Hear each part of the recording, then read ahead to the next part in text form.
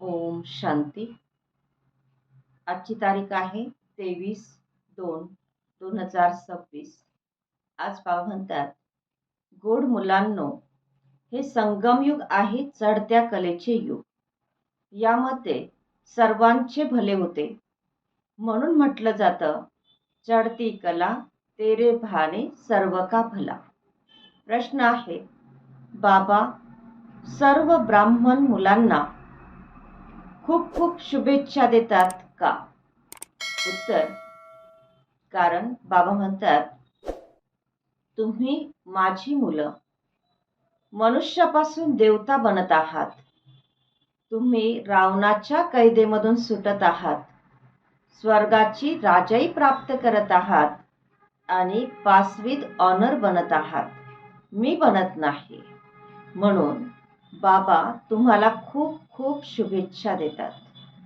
बाबा म्हणतात, तुम्ही आत्मे पतंग आहात. तुमची सर्वांची दोरी माझ्या हातामध्ये आहे. मी तुम्हाला स्वर्गाचे मालक बनवतो. गीत आहे, आखिर वह दिन आया आज. ओम शांती. ही अमर कथा कोण ऐकवत आहे?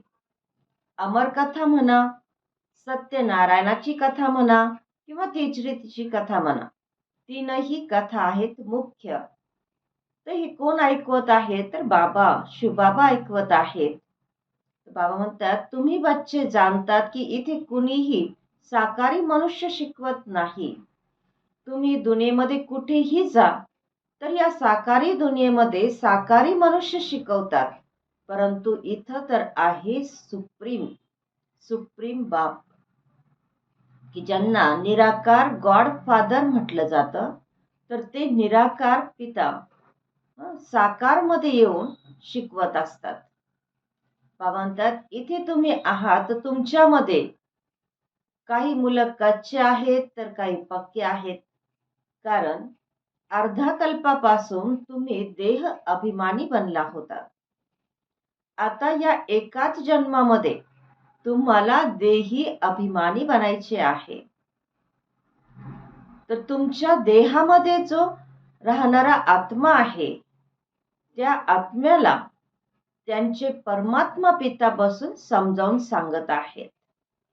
आणि हे जे समजावून सांगत आहेत, ज्ञान देत आहेत, तर त्याचे संस्कार आत्माच घेऊन जात असते आणि आत्माच म्हणत असते कर्मेंद्रियांच्या द्वारे की मी अमुक आहे, मी तमुक आहे. परंतु आत्म अभिमानी कुणीही बनत नाही. बाबा समजावतात की मी तुम्हाला राजयोग शिकवतो. श्रीकृष्ण तर सतयुगाचा पहिला महाराज कुमार आहे. जे सूर्यवंशी देवी देवता होते, त्यांच्यामध्ये कोणतंही ज्ञान, ईश्वरीय ज्ञान नव्हतं. कारण ज्ञान तर आता प्राय लोप होईल. आणि ज्ञान आहेच सद्गतीसाठी. आणि सतयुगामध्ये सर्वच जण सद्गतीमध्ये असतात. दुर्गतीमध्ये कुणीही नसतं. ते आहेत सतयुग आणि आता चालू आहे ते कलियुग. भारतामध्येच पहिले सूर्यवंशी होते. त्यांनी 8 जन्म घेतले. नंतर चंद्रवंशींचे झाले 12 जन्म. आणि आता हा एक जन्म जो आहे, ब्राह्मण जन्म, हा तुमचा सर्वात चांगला जन्म आहे. म्हणजे सर्वोत्कृष्ट जन्म आहे. बाबा म्हणतात, तुम्ही प्रजापिता ब्रह्मा मुख वंशावली आहात. तर हा आहे सर्वोत्तम धर्म. देवता धर्म सर्वोत्तम धर्म नाही म्हणता येणार. ब्राह्मण धर्म सर्वात उच्च आहे आणि देवता जे आहेत ते तर आता केलेल्या पुरुषार्थाचं प्रारब्ध भोगत असतात. बाबा म्हणतात, सतयुगामध्ये होती चढती कला आणि बाकीचे जे आत्मे आहेत तर ते सर्व मुक्तिधाम मध्ये होते.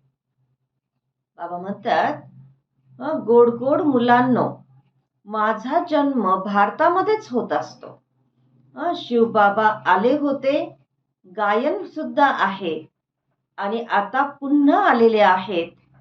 यालाच म्हटलं जातं राजस्व अश्वमेध अविनाशी रुद्र यज्ञ. स्वराज्य प्राप्त करण्यासाठी रचला गेलेला यज्ञ. आणि यज्ञ म्हटलं की त्याच्यामध्ये विघ्नही पडले होते. कल्पापूर्वी विघ्न पडले आणि आताही विघ्न पडत आहेत. मातांवर अत्याचारही होत आहेत. आणि याचंच यादगारमध्ये दाखवतात की द्रौपदीने सुद्धा पुकारलं होतं. बाबा म्हणतात याच्यामध्ये मुख्य आहे पवित्रतेची गोष्ट. आणि बाबा म्हणतात कल्प पहिले सुद्धा तुम्ही बनला होतात, तर आता पवित्रतेची प्रतिज्ञा करायची आहे. मुख्य त्याच्यासाठी आहे बाबांची आठवण म्हणजे याद. बाबा म्हणतात आठवण कराल आणि पवित्र राहाल, स्वदर्शन चक्र फिरवत राहाल, तर तुम्ही उच्च पद प्राप्त कराल. बाबा म्हणतात दुनियेमध्ये मनुष्य तर म्हणतात की आत्माच परमात्मा आहे, आणि दुसरीकडे म्हणतात की एक आत्मा म्हणजे एक चमकता तारा आहे जो भ्रुकुटीच्या मध्ये असतो, की ज्याला या स्थूल नेत्राने बघू शकत नाही. भले कितीही कोशिश करा, काचेच्या पेटीमध्ये सुद्धा बंद करण्याचा प्रयत्न केला, परंतु कशासाठी, तर आत्म्याला बघण्यासाठी की आत्मा कुठून निघते, कशी आहे. परंतु एवढा प्रयत्न करून सुद्धा कुणाला माहीत पडलं नाही की आत्मा काय गोष्ट आहे, काय कोणती वस्तू आहे आणि ती कशी निघाली. बाकी एवढं मात्र म्हणतात की आत्मा एक स्टार आहे, म्हणजे ताऱ्यासमान आहे, ज्याला दिव्य दृष्टीशिवाय बघू शकत नाही. भक्ती मार्गामध्ये बऱ्याच जणांना साक्षात्कारही होतो. आणि लिहिलेलंही आहे की अर्जुनाला साक्षात्कार झाला अखंड ज्योती स्वरूपाचा. तर अर्जुनाने म्हटलं की मी आता सहन करू शकत नाही. तर बाबा समजावतात की शिव बाबा इतके काही तेजोमय वगैरे असं काही नाही. जसे आपण आत्मा आहेत तसेच परमात्मा पिता सुद्धा आहेत. जसं आत्मा येऊन शरीरामध्ये प्रवेश करते तर माहीत थोडीच होतं. आता तुम्ही हेही जाणता की बाबा कशा प्रकारे प्रवेश करतात. प्रजापिता ब्रह्मांमध्ये प्रवेश करून हे ज्ञान देतात. तर बाबा म्हणतात आता सर्वजण या कलियुगी दुनियेमध्ये पतित आहेत आणि पावन एक सच श्री अकाल म्हणतात, परंतु अर्थ समजत नाहीत. खूप शिकत राहतात. बाबा समजावतात की भारत जो आहे, भारताचा कधी विनाश होत नाही आणि कधी असं होत नाही की प्रलय झाला आणि संपूर्ण दुनिया भारत पूर्ण पाण्याखाली गेले. जसं भक्ती मार्ग मध्ये दाखवलं जातं की सागरामध्ये सर्वत्र पाणी पाणी झालं आणि सागरामध्ये पिंपळाच्या पानावर श्रीकृष्ण आले. तर बाबा म्हणतात आता पिंपळाच्या पानावर मूल कसं येऊ शकेल. तर बाबा सांगतात की तुम्ही गर्भामधून जन्म घेतात आणि तेही खूप आरामामध्ये. गर्भाला तिथे महाल म्हटलं जातं, कारण आत्मा तिथे खूप सुखामध्ये असतो. जसं आता कलियुगामध्ये म्हटलं जातं गर्भ जेल. जेल म्हणजे काय, दुःख. तर आत्म्याला गर्भामध्ये दुःख होतं म्हणून गर्भ जेल म्हटलं जातं. आणि स्वर्गामध्ये गर्भ महाल म्हटलं जातं. तर बाबा म्हणतात सतयुगामध्ये आहे गर्भ महाल. आत्म्याला अगोदरच साक्षात्कार होतो की आपण हे शरीर सोडून दुसरं शरीर घेणार आहोत. तिथं सर्वजण आत्म अभिमानी स्थितीमध्ये असतात. आणि आज मनुष्य तर रचयिता कोण आहे आणि रचना काय आहे, रचनेचा आधी मध्य काय आहे, हे कुणीही जाणत नाही.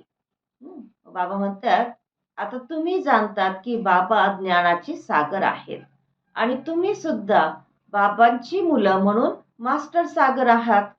बाबा म्हणतात तुम्ही माता आहात नद्या आणि बाबा म्हणतात हे गोप आहेत मानसरोवर. म्हणजे माता म्हणजे एक प्रकारे गोपिका, आणि त्यांना बाबांनी सांगितलं की तुम्ही आहात नद्या म्हणजे ज्ञानाच्या नद्या. आणि भाई जे आहेत त्यांना बाबा म्हणतात हे गोप आहेत ज्ञान मान सरोवर. बाबा म्हणतात या ज्ञान नद्या आहेत आणि तुम्ही आहात सरोवर. तर प्रवृत्ती मार्ग आहे ना. तुमचा पवित्र गृहस्थ आश्रम होता आणि आता पतित आहेत. बाबा म्हणतात की सदैव तुम्ही लक्षात ठेवा की आपण आत्मा आहे. एक बाबांची आपल्याला आठवण करायची आहे. बाबांनी आज्ञा सुद्धा दिलेली आहे की कोणत्याही देहधारीची आठवण करू नका. या डोळ्यांना जे जे काही दिसत आहे ते सगळं खत्म होणार आहे, म्हणजे नष्ट होणार आहे. आणि म्हणून त्याची आठवण न करता तुम्ही माझ्या आठवणीमध्ये राहा. म्हणून बाबा म्हणतात मनमना भव मध्याची भव, म्हणजे तुम्ही माझी आठवण करा आणि तुमच्या राजधानीची आठवण करा. अच्छा. गोड गोड खूप खूप वर्षांनंतर भेटलेल्या मुलांच्या प्रती मातपिता बापदादांचा याद प्यार, गुड मॉर्निंग आणि सुप्रभात. आत्मिक पित्याचा आत्मिक मुलांना नमस्ते आणि आम्हा आत्मिक मुलांचा आत्मिक मातपिता बापदादांना सुप्रभात, गुड मॉर्निंग, खूप खूप प्रेमपूर्वक आठवण आणि नमस्ते. धारणेसाठी मुख्य सारांश आहे. पहिला पॉइंट आहे पास विथ ऑनर होण्यासाठी एक बाबांची आठवण करायची आहे. कोणत्याही देहधारीची आठवण करायची नाही. या नेत्रांना जे काही दिसतंय त्याला बघून सुद्धा बघायचं नाही. दुसरा पॉइंट आहे आम्ही मृत्यू लोकामधून अमर लोकाच्या यात्रेवर जात आहोत. म्हणून मृत्यू लोकाचं काहीही आपल्या स्मृतीमध्ये राहू नये. या कर्मेंद्रियांच्या द्वारे कोणतंही विकर्म होऊ नये या गोष्टीचं ध्यान ठेवायचे, म्हणजे ही गोष्ट लक्षात ठेवायची आहे. आज बाबा वरदान देतात आपल्या शिक्षा स्वरूपाद्वारे शिक्षा देणारे शिक्षा संपन्न योग्य शिक्षक भव. म्हणजे काय, आपल्या शिक्षक स्वरूपाच्या द्वारे दुसऱ्यांना शिकवणारे शिक्षा संपन्न योग्य शिक्षक भव. विश्लेषण बाबा सांगतात योग्य शिक्षक त्यालाच म्हटलं जातं की जो आपल्या शिक्षा स्वरूपाच्या द्वारे दुसऱ्यांना शिकवेल. त्याचं स्वरूप स्वतःही शिक्षा संपन्न असेल. त्यांचं बघणं, चालणं, बोलणं सगळ्या काही गोष्टी दुसऱ्यांना प्रेरणादायी असतील, म्हणजे शिकवणारे असतील. जसं साकार रूपामध्ये म्हणजे ब्रह्मा बाबा प्रत्येक कर्मांमधून शिक्षकाच्या रूपाने शिकवत होते. म्हणजे शिक्षकाचं रूप ब्रह्मा बाबांमध्ये प्रॅक्टिकलमध्ये मुलांनी बघितलेलं आहे, ज्याला दुसऱ्या शब्दांमध्ये चरित्र म्हटलं जातं. कोणाच्या वाणीद्वारे शिक्षण देणं ही तर कॉमन बात आहे. म्हणजे बाबा काय सांगतात, कुणाला आपल्या वाणीमधून शिकवणं ही तर साधारण गोष्ट आहे. ती तर सर्वजण बघतात, परंतु आपला अनुभवातून शिकणं ही मोठी गोष्ट आहे. आणि आज प्रत्येक जण अनुभव प्राप्त करू इच्छितो. तर आपल्या कर्मांच्या द्वारे श्रेष्ठ संकल्पाच्या द्वारे आपण सर्वांना शक्तींचा अनुभव करवायचा आहे. आजचा सुविचार आहे संकल्पांची सिद्धी प्राप्त करण्यासाठी आत्मिक शक्तीची उडान भरायची आहे. संकल्पांची सिद्धी प्राप्त करण्यासाठी आपल्याला आत्मिक शक्तीची भरारी भरायची आहे.